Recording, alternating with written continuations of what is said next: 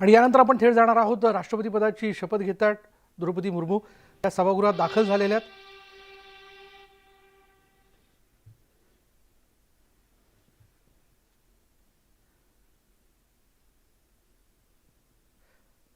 सभागृहाच्या मान सन्मानाच्या रीतिरिवाजानुसार राष्ट्रपती म्हणून शपथ घेणाऱ्या द्रौपदी मुर्मू ह्या सभागृहात दाखल झाल्यात आणि या देशाचे सरन्यायाधीश न्यायमूर्ती रमण्णा हे त्यांना शपथ देतील।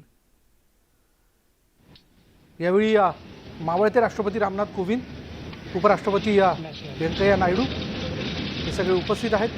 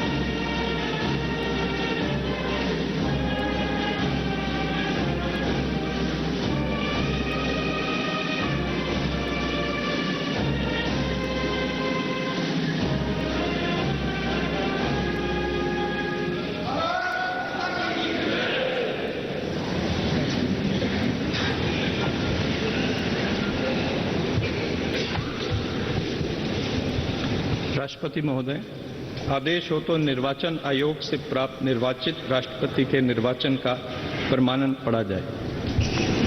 यतः भारत के संविधान के अनुच्छेद 324 द्वारा भारत के राष्ट्रपति के पद के निर्वाचन का अधीक्षण, निर्देशन और नियंत्रण भारत निर्वाचन आयोग में निहित है और यतः श्री रामनाथ कोविंद की पदावधि का अवसान वर्ष 2022 के जुलाई मास के 24वें दिन तदनुसार शक संवत के वर्ष 1944 के श्रावण मास के दूसरे दिन होने के लिए नियत है और यतः भारत के राष्ट्रपति के पद को भरने के लिए संविधान तथा राष्ट्रपतीय और उपराष्ट्रपतीय निर्वाचन अधिनियम 1952 के उपबंधों और तदधीन बनाए गए नियमों और आदेशों के अनुसार निर्वाचन करा लिया गया है तथा परिणाम घोषित कर दिया गया है। अब इसलिए भारत निर्वाचन आयोग एतद द्वारा प्रमाणित करता है कि श्रीमती द्रौपदी मुर्मू वर्ष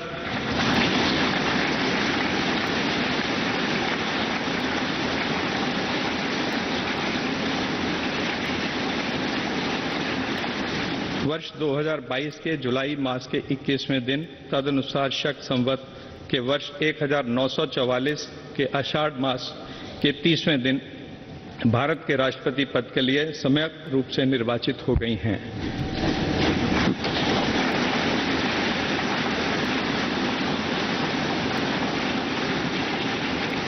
भारत गणराज्य के 73वें वर्ष में हमारे हस्ताक्षर और भारत निर्वाचन आयोग की मोहर से वर्ष 2022 के जुलाई मास के इस 21वें दिन तदनुसार शक संवत के वर्ष 1944 के आषाढ़ मास के 30वें दिन प्रदत्त किया गया।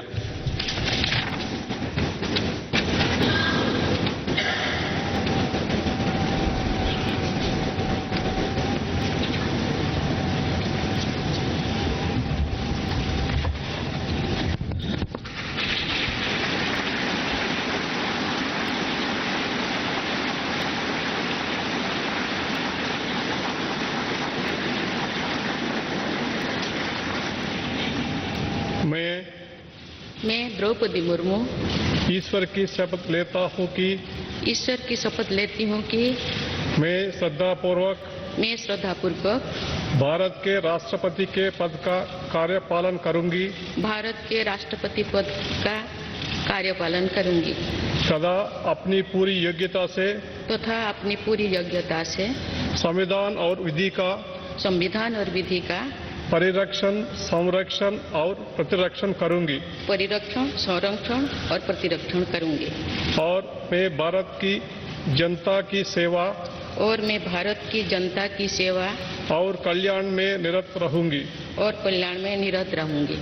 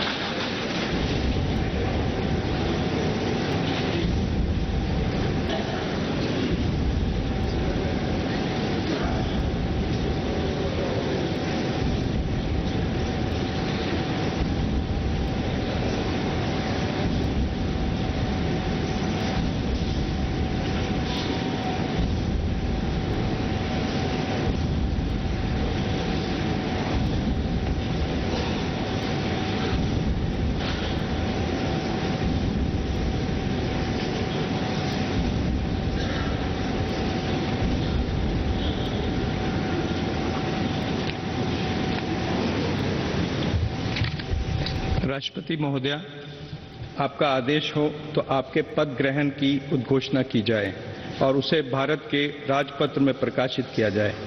इसकी सूचना प्रमुख सेना केंद्रों तथा विदेश स्थित सभी भारतीय मिशनों, राज्य सरकारों तथा संघ शासित प्रदेशों क्षेत्रों के प्रशासकों को भेजी जाए।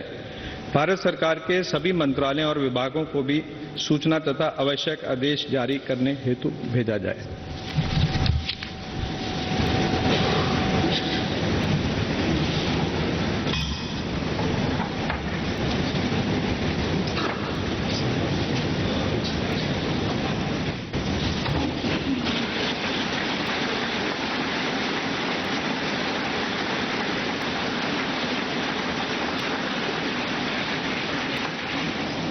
आदरणीय श्री रामनाथ कोविंद जी, उपराष्ट्रपति श्री एम वेंकैया नायडू जी, प्रधानमंत्री श्री नरेंद्र मोदी जी, लोकसभा के स्पीकर श्री ओम बिरला जी, चीफ जस्टिस एन.वी. रमन्ना जी, सम्मानित सांसदगण, अन्य महानुभावों, देवियों और स्वजनों तथा मेरे प्यारे देशवासियों, सभी को जोहार।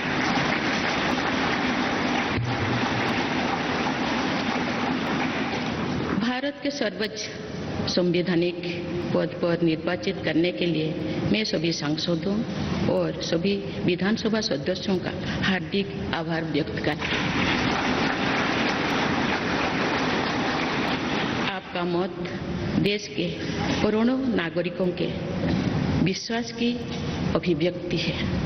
मैं भारत के समस्त नागरिकों की आशा, आकांक्षा और अधिकारों की प्रतीक इस पवित्र संसद से सभी देशवासियों का पूरी विनम्रता से अभिनंदन करता हूं।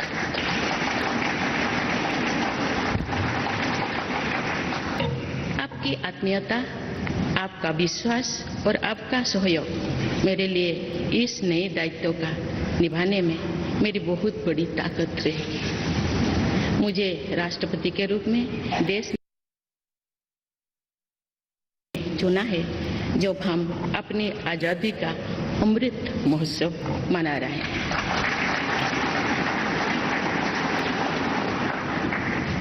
से कुछ दिन बाद ही देश अपनी स्वाधीनता के 75 वर्ष पूरी करेगा। ये भी एक संयोग है कि जब देश अपनी आज़ादी के 50वें वर्ष का पर्व मना रहा था तभी मेरे राजनीतिक जीवन की शुरुआत हुई थी।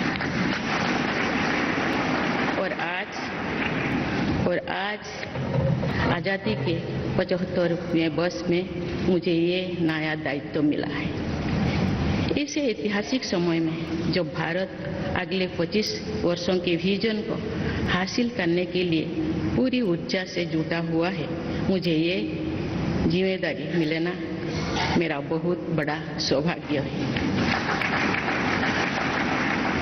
मैं देश की ऐसी पहली राष्ट्रपति भी हूँ जिसका जन्म आजाद भारत में हुआ है। हमारे स्वाधीनता सेनानियों ने आजाद हिंदुस्तान के हम नागरिकों से जो अपेक्षाएं की थी उनकी पूर्ति के लिए इस अमृत काल में हमें तेज गति से काम करना होगा।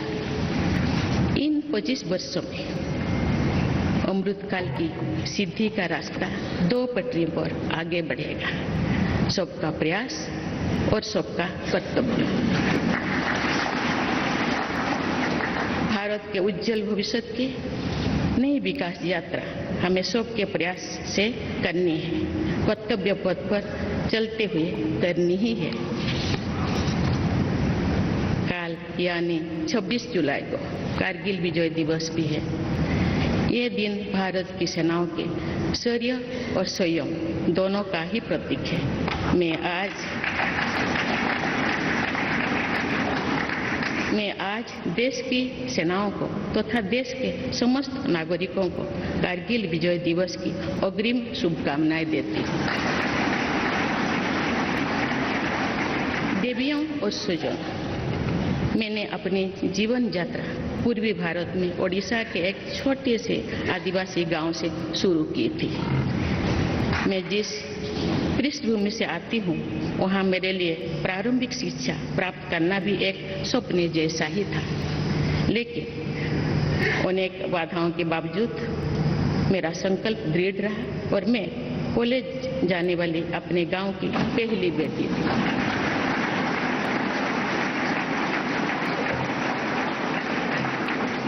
मैं जनजातीय समाज से हूँ और वार्ड काउंसिलर से लेकर भारत की राष्ट्रपति बनने तक का अवसर मुझे मिला है। ये लोकतंत्र की जननी भारतवर्ष की महानता है। ये हमारे लोकतंत्र की ही शक्ति है कि उसमें एक गरीब घर के पैदा होने बेटी, दूर सुदूर आदिवासी क्षेत्र में पैदा हुई बेटी भारत के सर्वोच्च संवैधानिक पद तक पहुंच सकती है। राष्ट्रपति के पद पहुंचना मेरी व्यक्तिगत उपलब्धि नहीं है, ये भारत की प्रत्येक गरीब की उपलब्धि है। मेरा निर्वाचन इस बात का सबूत है कि भारत में गरीब सपने भी देख सकता है और उन्हें पूरा भी कर सकता है।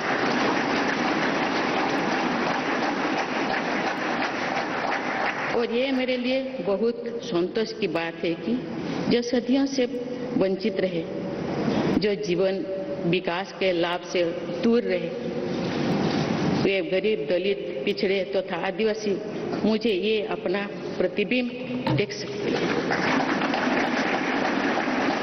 मेरे इस निर्वाचन में देश के गरीब का आशीर्वाद शामिल है। देश की करोड़ों महिलाओं और बेटियों के सपनों और सामर्थ्य की झलक है। मेरे इस निर्वाचन में पुरानी लीग से हटकर नए रास्ते पर चलने वाले भारत के आज के युवाओं का साहस भी शामिल है। ऐसे प्रगतिशील भारत का नेतृत्व करते हुए आज मैं खुद को गौरवान्वित महसूस कर रही हूँ। मैं आज समस्त देशवासियों को, विशेषकर भारत के युवाओं को तथा भारत की महिलाओं को ये विश्वास दिलाती हूँ कि इस पद पर कार्य करते हुए मेरे लिए उनके हित सर्वोपरि होंगे। देवियों और स्वजनों, मेरे सामने भारत के राष्ट्रपति पद की ऐसी महान विरासत है जिसने विश्व में भारतीय लोकतंत्र की प्रतिष्ठा का निरंतर मजबूत किया है। देश के प्रथम राष्ट्रपति डॉक्टर राजेंद्र प्रसाद से लेकर श्री रामनाथ कोविंद जी तक अनेक विभूतियों ने इस पद को सुशोभित किया है। इस पद के साथ साथ देश ने इस महान परंपरा के प्रतिनिधित्व का दायित्व भी मुझे सौंपा है। संविधान के आलोक में मैं पूरी निष्ठा से अपने कर्तव्य का निर्वहन करूंगी। मेरे लिए भारत के लोकतांत्रिक सांस्कृतिक आदर्श और सभी देशवासी हमेशा मेरे ऊर्जा के स्रोत रहेंगे। देवियों और स्वजनों, हमारे संवैधानिक संग्राम में, स्वाधीनता संग्राम में एक राष्ट्र के तौर पर भारत की नई यात्रा की रूपरेखा तैयार की है। हमारा स्वाधीनता संग्राम उन संघर्षों और बलिदानों की अविरल धारा है जिसने आजाद भारत के लिए कितनी ही आदर्शों और संभावनाओं की सिंचा था। पूज्य बापू ने हमें स्वराज, स्वदेशी, स्वच्छता और सत्याग्रह द्वारा भारत के सांस्कृतिक आदर्शों की स्थापना का मार्ग दिखाया था। नेताजी सुभाष चंद्र बोस, नेहरू जी, सरदार पटेल, बाबा साहेब अम्बेडकर, भगत सिंह, सुखदेव, राजगुरु, चंद्रशेखर आजाद जैसे अनगिनत स्वाधीनता सेनानियों ने हमें राष्ट्र के स्वाभिमान को सर्वोपरि रखने की शिक्षा दी थी। रानी लक्ष्मीबाई, रानी वेलु नाचियार, रानी गाईदिन्लु और रानी चेन्निमा जैसी अनेकों वीरांगनाओं ने राष्ट्र इच्छा और राष्ट्र निर्माण में नारी शक्ति की भूमिका को नई ऊर्जा दी है। संथाल क्रांति, पाइक क्रांति से लेकर कोल क्रांति और भील क्रांति ने स्वतंत्रता संग्राम में आदिवासी योगदान को और सशक्त किया। सामाजिक उत्थान एवं देश प्रेम के लिए धरती आबा भगवान बिरसा मुंडा जी के बलिदान से हमें प्रेरणा मिली थी। मुझे खुशी है कि आजादी की लड़ाई में जनजातीय समुदाय के योगदान को समर्पित अनेक म्यूजियम देश भर में बनवाया जा रहा है। देवियों और स्वजनों, एक संसदीय लोकतंत्र के रूप में 75 वर्ष में भारत ने प्रगति के संकल्प को सहभागिता एवं सर्वसम्मति से आगे बढ़ाया है। विविधताओं से भरे अपने देश में हम अनेक भाषा, धर्म, संप्रदाय, खान पान, रहन सहन, रीति रिवाजों का अपनाते हुए एक भारत श्रेष्ठ भारत के निर्माण में सक्रिय है। आजादी के 75वें वर्ष के अवसर पर आया है अमृत काल। भारत के लिए नए संकल्पों का कालखंड है। आज मैं इस नए युग के स्वागत में अपने देश को नई सोच के साथ तत्पर और तैयार देख रही हूँ। भारत आज हर क्षेत्र में विकास का नया अध्याय जोड़ रहा है। कोरोना महामारी के वैश्विक संकट का सामना करने में भारत ने जिस तरह का सामर्थ्य दिखाया है, उसने पूरे विश्व में भारत की साख बढ़ाया है।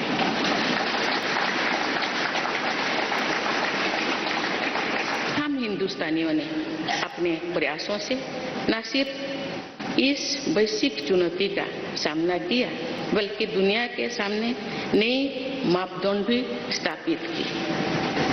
कुछ दिन पहले भारत ने कोरोना वैक्सीन की 200 करोड़ डोज लगाने का कीर्तिमान बनाया। इस पूरी लड़ाई में भारत के लोगों ने जिस संयम, साहस और सहयोग का परिचय दिया, वो एक समाज के रूप में हमारी बढ़ती हुई शक्ति और संवेदनशीलता का प्रतीक है। भारत ने इन मुश्किल हालात में न केवल खुद को संभाला बल्कि दुनिया की मदद भी की। कोरोना महामारी से बने माहौल में आज दुनिया भारत को नए विश्वास से देख रही है। दुनिया की आर्थिक स्थिरता के लिए, सप्लाई चेन की सुगमता के लिए और वैश्विक शांति के लिए दुनिया को भारत से बहुत उम्मीदें हैं। आगामी महीनों में भारत अपनी अध्यक्षता में G20 ग्रुप की मेजबानी भी करने जा रही है। इसमें दुनिया के 20 बड़े देश भारत की अध्यक्षता में वैश्विक विषयों पर मंथन करेंगे। मुझे विश्वास है भारत में होने वाले इस मंथन से जो निष्कर्ष और नीतियां निर्धारित होंगे उनसे आने वाले दशकों की दिशा तय होगी। देवियों और स्वजनों, दशकों पहले मुझे रायरंगपुर में श्री अरबिंदो इंटीग्रल स्कूल में शिक्षक के रूप में कार्य करने का अवसर मिला था। कुछ ही दिनों के बाद श्री अरबिंदो जी की 150वीं जन्म जयंती मनाई जाएगी। शिक्षा के बारे में श्री अरबिंदो के विचारों ने मुझे निरंतर प्रेरित किया है। जनप्रतिनिधि के रूप में विभिन्न पदों पर कार्य करते हुए और फिर राज्यपाल के रूप में भी मेरा शिक्षण संस्थानों के साथ सक्रिय जुड़ाव रहा है। मैंने देश के युवाओं के उत्साह और आत्मबल को करीब से देखा है। हम सभी के श्रद्धेय पटेल जी कहा करते थे कि देश के युवा जब आगे बढ़ते हैं तो वे सिर्फ अपने ही भाग्य नहीं बनाते बल्कि देश का भी भाग्य बनाते हैं।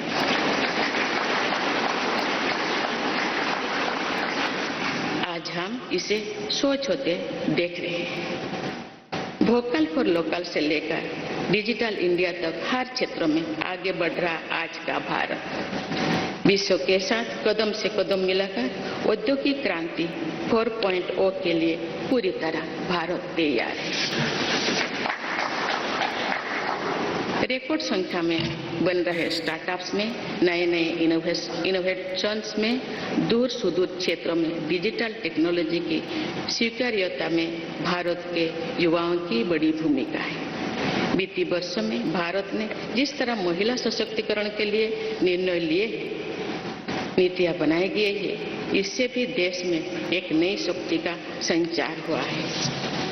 मैं चाहती हूँ कि हमारी सभी बहनें व बेटियां अधिक से अधिक सशक्त हो तथा वे देश के हर क्षेत्र में अपना योगदान बढ़ाती रहें।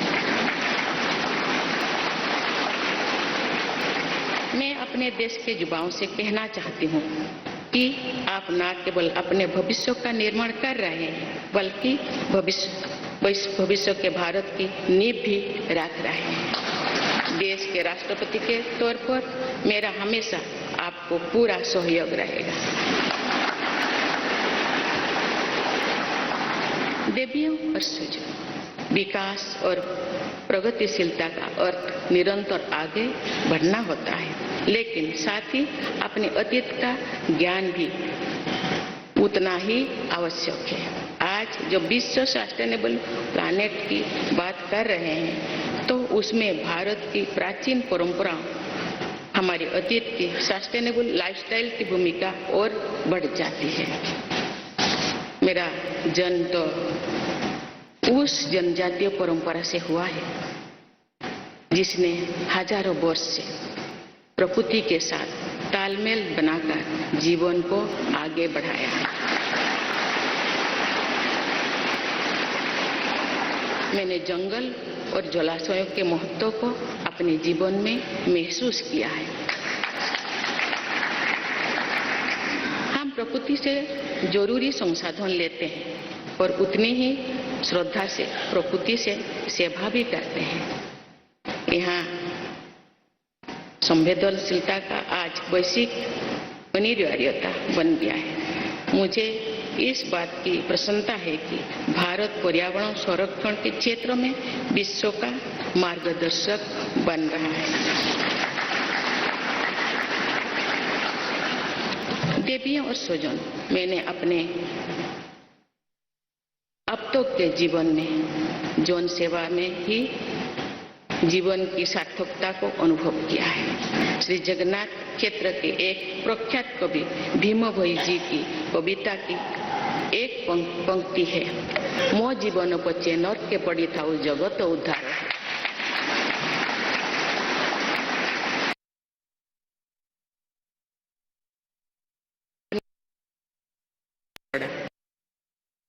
कार्य करना होता है।